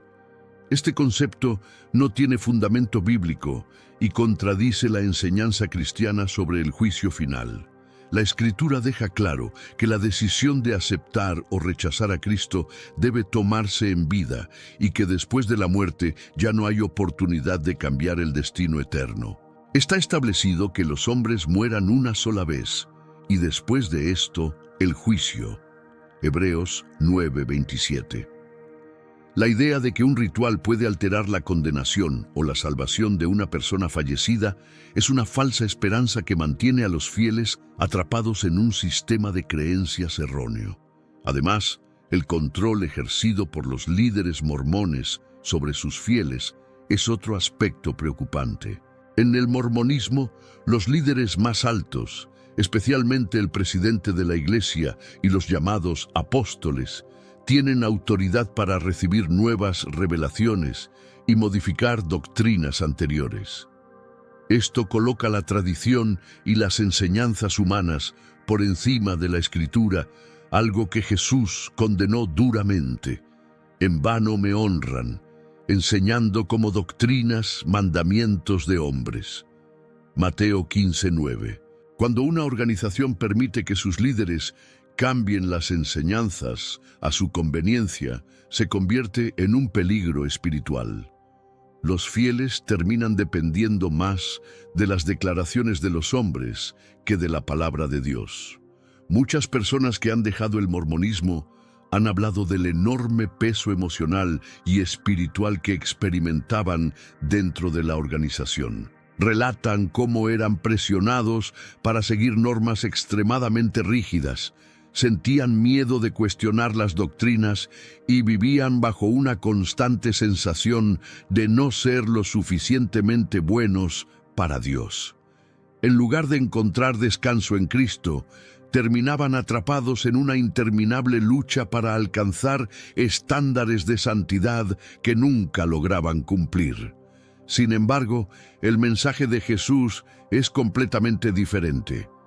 Venid a mí todos los que estáis trabajados y cargados, y yo os haré descansar. De Mateo 11:28. Cristo no nos llamó a vivir bajo la esclavitud de la religión, sino a tener una relación de gracia, fe y libertad con Él. El Evangelio verdadero es claro y poderoso. Jesús es Dios, murió por nuestros pecados y resucitó para darnos vida eterna. No hay otro camino, no hay más revelaciones y no hay ninguna obra humana que pueda añadir algo a lo que Cristo ya hizo. Por eso, cualquier enseñanza que altere este mensaje, por más atractiva que parezca, es un peligro para el alma. Examinadlo todo, retened lo bueno. 1 Tesalonicenses 5:21. La verdadera fe se basa en lo que Dios ha revelado, no en las opiniones de líderes humanos que dicen recibir nuevas revelaciones. Cuando una organización impone sus propias reglas por encima de la Biblia, se convierte en un peligro espiritual para todos los que la siguen. Los testimonios de exmormones son alarmantes. Muchos relatan la presión extrema para obedecer normas rígidas, la dificultad de cuestionar las doctrinas y la carga emocional de tratar de alcanzar un nivel imposible de perfección. En lugar de encontrar descanso en Cristo, los fieles viven en una constante lucha por ser dignos de Dios. Pero Jesús no llamó a sus seguidores a vivir bajo esclavitud religiosa, sino a encontrar en Él descanso y libertad. Venid a mí todos los que estáis trabajados y cargados, y yo os haré descansar. Mateo 11:28. El verdadero evangelio libera, mientras que un evangelio distorsionado esclaviza. La Iglesia mormona representa un grave peligro espiritual porque predica un Cristo diferente, una salvación basada en esfuerzos humanos y una teología llena de errores. La palabra de Dios ya ha sido revelada y cualquier desviación de ella es un camino de engaño. La advertencia de la Biblia sigue vigente. Hillsong Church, cuando la experiencia sensorial supera la profundidad teológica, no hay nada de malo en alabar a Dios con gozo y excelencia musical. Sin embargo, cuando la predicación de la palabra pasa a un segundo plano y se vuelve superficial, se presenta un problema grave. Muchos de los mensajes en Hillsong se centran en el éxito personal, la autoestima y una visión optimista de la vida, pero rara vez abordan temas esenciales como el arrepentimiento, la cruz y la renuncia a uno mismo. El apóstol Pablo ya había advertido sobre este tipo de enseñanza, porque vendrá el tiempo cuando no soportarán la sana doctrina, sino que teniendo comezón de oír, se amontonarán maestros conforme a sus propios deseos. 2 Timoteo 4:3. Cuando una iglesia dedica más tiempo a hablar de motivación y empoderamiento que de Jesucristo y su obra redentora, es momento de encender las alarmas. Pero Hillsong no solo enfrenta críticas por su énfasis en lo emocional sobre lo doctrinal.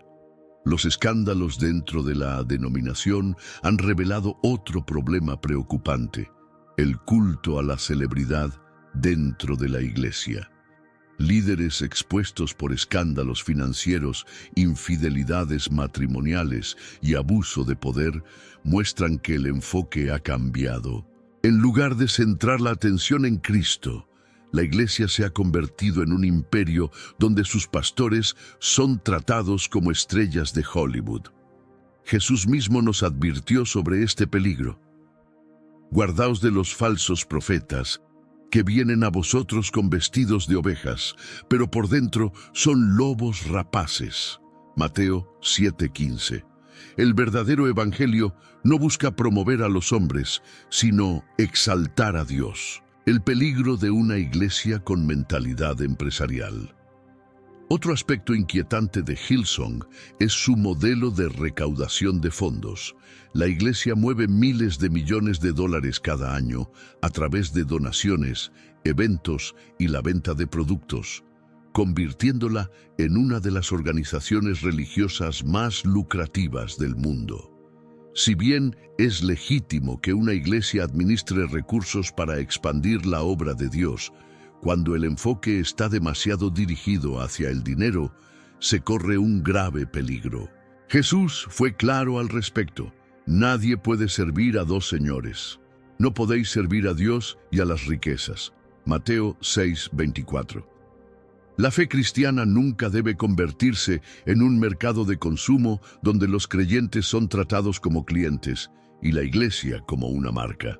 Además, muchas personas que asisten a Hillsong reportan una experiencia espiritual superficial. Las reuniones están llenas de emoción, pero carecen de verdadero discipulado. Sin un crecimiento sólido en la palabra de Dios, los seguidores pueden quedar atrapados en un cristianismo basado en la euforia del momento, pero sin raíces profundas. El apóstol Pedro nos instruye: antes bien, creced en la gracia y el conocimiento de nuestro Señor y Salvador Jesucristo. 2 Pedro 3:18. El problema de un cristianismo centrado únicamente en eventos inspiradores y grandes producciones es que corre el riesgo de crear creyentes superficiales, emocionados por la atmósfera de la Iglesia, pero sin una fe realmente fundamentada en la Escritura. ¿Impacto real o solo emoción momentánea? No se puede negar que la música de Hillsong ha alcanzado a millones y ha tocado muchas vidas. Sus letras exaltan a Dios y han servido de inspiración a innumerables creyentes. Pero la verdadera pregunta es, ¿este impacto emocional se traduce en una vida cristiana transformada? Cantar canciones hermosas es maravilloso, pero no sustituye un compromiso genuino con Jesucristo. La verdadera adoración no es solo un momento emocional dentro de una iglesia, sino una forma de vida. Jesús advirtió sobre esto cuando dijo: «Este pueblo de labios me honra, pero su corazón está lejos de mí». Mateo 15:8. El cristianismo no puede reducirse a una experiencia sensorial. Debe ser un verdadero encuentro con Dios. En esencia, el problema de Hillsong no radica únicamente en su música o en sus eventos espectaculares, sino en que parece priorizar el entretenimiento sobre la enseñanza sólida de la palabra.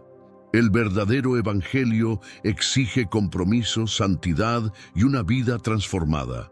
No puede ser reducido a un espectáculo emocionante sin profundidad espiritual. El riesgo de este modelo de iglesia es que muchos pueden salir de los servicios con una sensación de euforia, pero sin comprender realmente lo que significa seguir a Cristo. Jesús no nos llamó a ser simples espectadores de un show, sino discípulos comprometidos con su verdad. La iglesia de la cienciología, religión, negocio o manipulación. La Iglesia de la Cienciología es una de las organizaciones más controvertidas dentro del mundo religioso. Fundada por L. Ron Hubbard, combina conceptos de ciencia, psicología y ficción, pero se presenta como un camino espiritual legítimo. Aunque en ocasiones menciona a Jesús, su teología no es cristiana y contradice completamente la Biblia. La palabra de Dios advierte sobre doctrinas humanas disfrazadas de verdad. Mirad que nadie os engañe por medio de filosofías y huecas sutilezas, según las tradiciones de los hombres, conforme a los rudimentos del mundo, y no según Cristo. Colosenses 2:8. Siempre que una creencia está basada en ideas humanas, en lugar de revelación divina, es necesario actuar con discernimiento. La salvación en la cienciología. Un negocio en lugar de un regalo. La cienciología enseña que los seres humanos son inmortales y que la salvación se obtiene a través de un proceso llamado auditing. Para avanzar espiritualmente, los seguidores deben pagar grandes sumas de dinero en sesiones que supuestamente los ayudan a liberarse de traumas del pasado. Esta idea contradice radicalmente la fe cristiana, que enseña que la salvación es por gracia y no puede comprarse, porque por gracia sois salvos por medio de la fe, y esto no de vosotros, pues es don de Dios, no por obras, para que nadie se gloríe. Efesios 2:8-9. La cienciología transforma la fe en un sistema de compra y venta, donde quienes pagan más dinero pueden alcanzar niveles más altos de conocimiento espiritual. Peor aún, la Iglesia ha sido acusada de manipulación y control extremo sobre sus miembros. Exseguidores han denunciado persecución, intimidación y la ruptura forzada de familias. Pero Jesús nos llamó a la libertad, no al miedo. Conoceréis la verdad, y la verdad os hará libres. Juan 8:32. Un sistema basado en ciencia ficción. Uno de los aspectos más inquietantes de la cienciología es que su doctrina incluye elementos de ciencia ficción. Sus seguidores creen en la existencia de un ser llamado Shenu, responsable de aprisionar almas en la tierra. Nada de esto está basado en la Biblia. La creación y la redención son obra del Señor, no de historias inventadas por el hombre. El apóstol Pablo ya había advertido sobre falsas enseñanzas que desvían a la gente del verdadero evangelio. Pero si aún nosotros, o un ángel del cielo, os anunciare otro evangelio diferente del que os hemos anunciado, sea anatema. Gálatas 1:8. Además, la cienciología ha captado a muchas personas influyentes y adineradas, cobrando sumas exorbitantes para que sus miembros asciendan en sus niveles de conocimiento. Pero el Evangelio de Cristo no es un privilegio para los ricos. Dios no hace acepción de personas. Hechos 10:34. Si una religión favorece a los poderosos y excluye a los humildes, claramente no refleja los principios del reino de Dios. La cienciología no es un camino hacia Dios, sino un sistema que atrapa a sus seguidores en un ciclo de control y explotación financiera. La verdadera libertad espiritual solo puede encontrarse en Cristo, quien nos invita a una relación auténtica con Dios. Su llamado sigue siendo el mismo: venid a mí todos los que estáis trabajados y cargados, y yo os haré descansar. Mateo 11:28. La Iglesia Universal del Reino de Dios. Fe o comercio espiritual. Cuando la fe se convierte en un medio para obtener ganancias, la esencia del Evangelio se pierde por completo. La Iglesia Universal del Reino de Dios es un claro ejemplo de cómo una organización religiosa puede transformar el mensaje de Cristo en un sistema de recaudación de dinero. Esta iglesia promueve campañas millonarias como la Hoguera Santa de Israel, donde a los creyentes se les insta a donar todo lo que tienen a cambio de milagros. Sin embargo, esta práctica se aleja completamente de la enseñanza bíblica. Dios no exige sacrificios financieros para obrar en la vida de sus hijos. El Señor nos llama a confiar en Él, no a negociar bendiciones a cambio de dinero.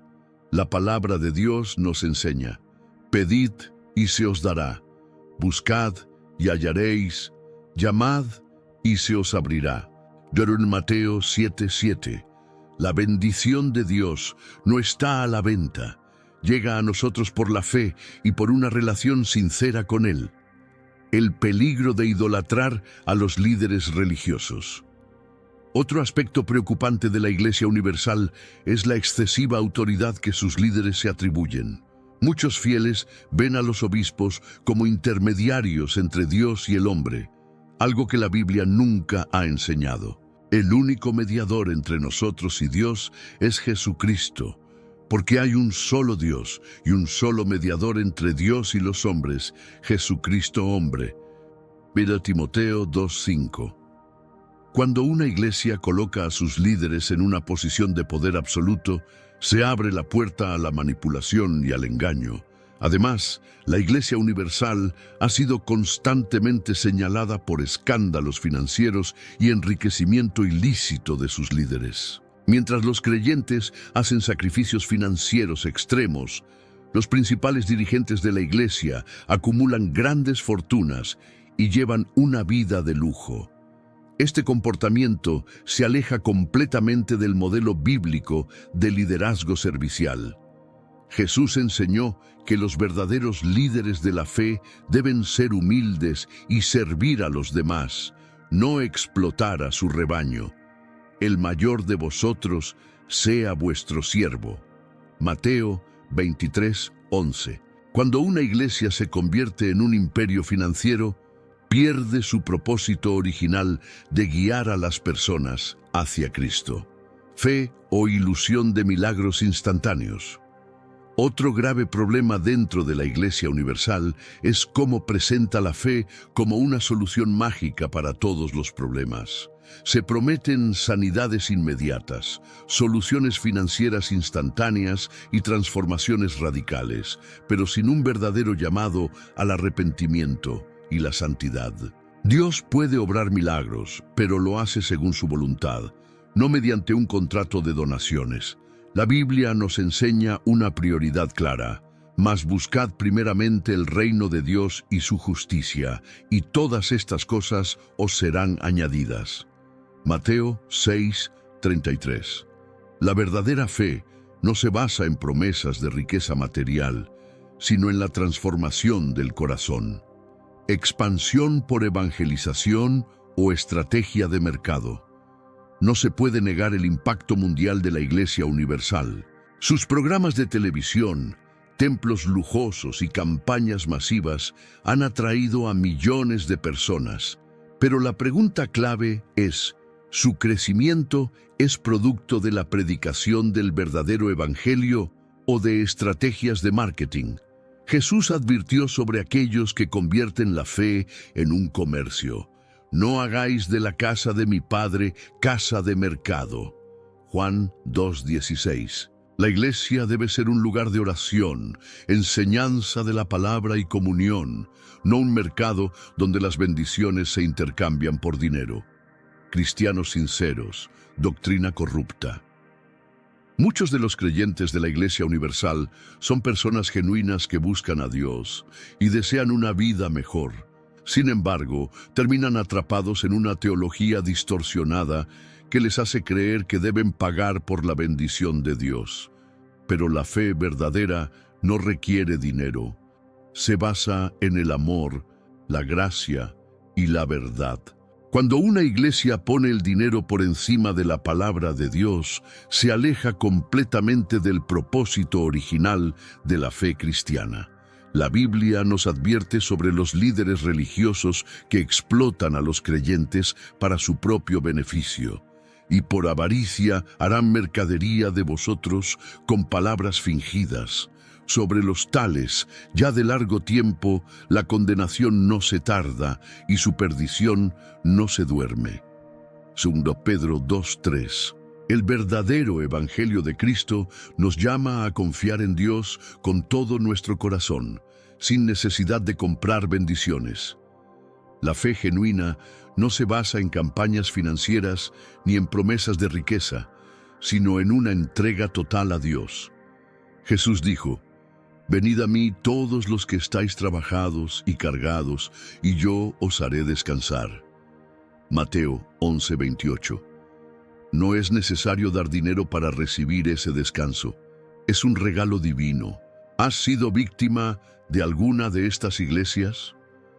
Ahora que has conocido las 5 iglesias que están engañando a multitudes, quiero hacerte una pregunta. ¿Alguna vez has asistido a una de ellas? ¿Has notado estas señales de advertencia en su doctrina y prácticas? Déjanos tu comentario abajo. Tu testimonio podría ayudar a muchas personas a abrir los ojos y a no caer en estos engaños. Y si este video te ayudó, no te vayas sin suscribirte al canal y activar la campana de notificaciones. De esa forma, nunca serás engañado por falsas doctrinas y siempre estarás firme en la palabra de Dios. Ahora, mira el próximo video que aparece en la pantalla. Estás a punto de descubrir otra verdad impactante sobre los últimos tiempos, algo que pocos están preparados para escuchar. Que Dios te bendiga y nos vemos en el próximo video.